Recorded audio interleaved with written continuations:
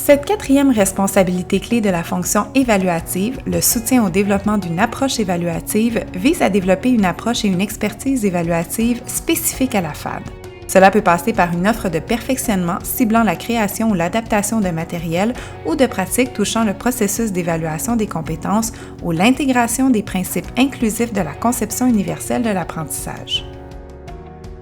Ce besoin de perfectionnement en FAD se voit d'abord dans la conception d'activités d'évaluation en aide à l'apprentissage qui tiennent compte du rôle actif que l'apprenant peut jouer dans ses apprentissages. En formation à distance, cela nécessite d'adopter une approche évaluative particulière qui implique de modifier le matériel pédagogique en le bonifiant d'activités collaboratives qui tirent vraiment parti de ce qu'offre ce mode de formation.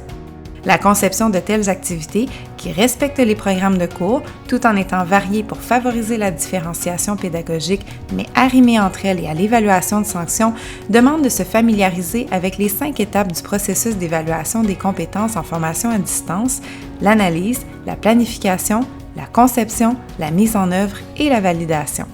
Du temps et de l'accompagnement sont nécessaires pour adapter le matériel et les pratiques en conséquence.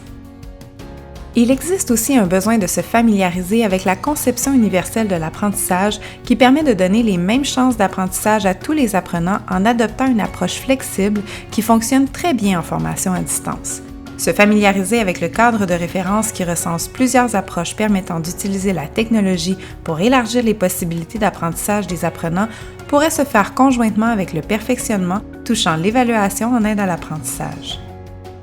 Cette quatrième responsabilité clé de la fonction évaluative participe à la réussite de l'apprenant quand il bénéficie d'activités d'évaluation en aide à l'apprentissage et de sanctions qui mettent à profit les spécificités du contexte et des outils de la formation à distance pour lui offrir une expérience en direct ou à la demande, individuelle ou collaborative, qui soit accessible, flexible et variée et dont les exigences sont en ligne directe avec les attentes du cours.